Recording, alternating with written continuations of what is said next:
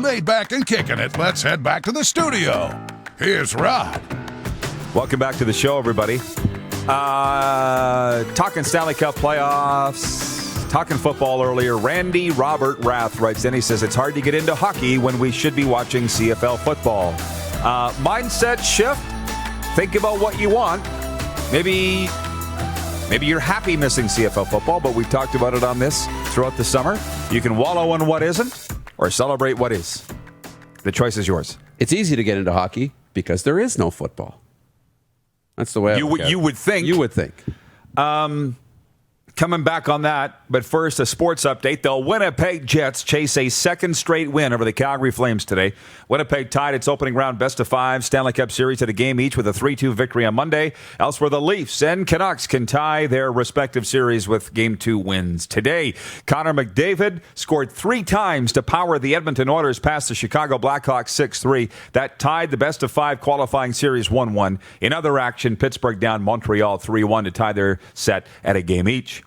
Veteran running back LaShawn McCoy has signed a 1-year contract with the Tampa Bay Buccaneers. McCoy joins star quarterback Tom Brady, who bolted from the Patriots this offseason. McCoy is entering his 12th NFL season. Fred VanVleet scored a career-high 36 points to lead the Raptors past the Miami Heat 107-103 yesterday. VanVleet finished the night with 7 3-pointers.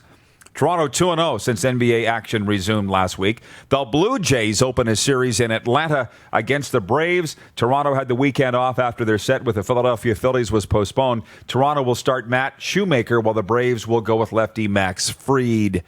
CEBL Summer Series tonight. The Saskatchewan Rattlers need a win. They face the Hamilton Honey Badgers. First of a doubleheader, followed by Ottawa versus Niagara. You can watch on the CBC Gem app. It'll be broadcast from the Meridian Center in St. Catharines. And the Saskatchewan Rush opening NLL free agency, signing forward Adrian Sorichetti yesterday. Prize free agent, left the team in the expansion draft a couple years ago. Signed back, first chance he had. The sports update for Wendell Clark's Classic Bar and Grill, corner of Idlewild and Circle Drive in Saskatoon. Putting you on the spot, Darren. It's Tuesday. You know what that means at Wendell Clark's? It rhymes. Alliteration. Taco Tuesday. Ding, ding, ding, ding, ding. Tell him what he's won, Bob. Chicken tacos, $13.99, featured menu item at Wendell Clark's. See you at Wendell's. And for Ben Cahoon's G2G protein bars, I see they're now behind Vernon Adams there in Montreal. We need a new promotion for G2G protein bars, guys. Month of July is up. Use the promo code. Oh, yeah. Go back to the promo code. Go to g2gbars.ca. Use the promo code RPShow and get 20% off. And free shipping, too. There you go. We're going to be bringing in our soccer aficionado, Simon Fudge, shortly. I think we'll go back on the CFL reset story before we go any further, and that is that MLSE is going to be injecting the funds into the CFL that it needs to stay alive. The reset's happening. I talked about it twice on the show already, and people are excited that the CFL will be saved. As a matter of fact, I was in line this morning at Starbucks. Guy that's a regular there, he's like, what's the word on the CFL? And I said, well, I don't believe they're playing in 2020, but they will be saved by MLSE. And he goes, well, that's good news. He found it a very positive story. Just follow this. This is what I'm hearing. I'm not confirming anything. But if the federal government doesn't come to the party like the CFL wants, and they don't really want the NFL involved, if MLSE is your daddy, I'm okay with it. They're proven winners. They've got unlimited resources. It's actually everything you'd want. Yeah.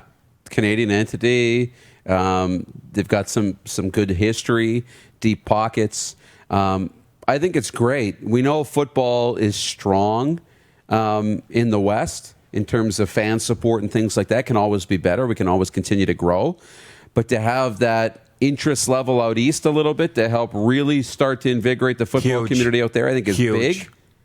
And I'll stress this, the fans aren't going to see a difference. None. They won't see a difference. Who owns it won't affect the product they see on a day-to-day basis. And the way they experience football games and cheer for their teams, that's not changing. Jeff, the Stampeders fan, says pretty ironic that MLSE would be the savior. I'm interested in why you would think that, Jeff. I don't know what's ironic about that. They are one of the league's owners, and as I just said, unlimited resources. It's actually genius thinking, and I think Randy Ambrosie has a really big part in this, and Randy Ambrosie will remain as the CFL commissioner, and I think that, frankly, this just opens all kinds of doors. What would be ironic about MLSE saving the CFL? I don't... Maybe the fact that football in Toronto, people don't want the CFL in Toronto. In terms but that's of not MLA's fault. But that's not MLSE. That's the fan base. That's the only ironic thing I could see. Yeah. Colin in Ottawa watching says, wow, for all the criticism I heap on MLSE, I got to say I like the news. Maybe my mind can be changed. Hey, I like the fact that our fastest growing region for viewership is Ontario. We're forging a great relationship with the Argos franchise, and I think it's all positive. I hope this is what happens. You're watching Rod Pedersen On Demand. For more of The Rod Pedersen Show, visit rodpedersen.com or follow Rod Pedersen on social media.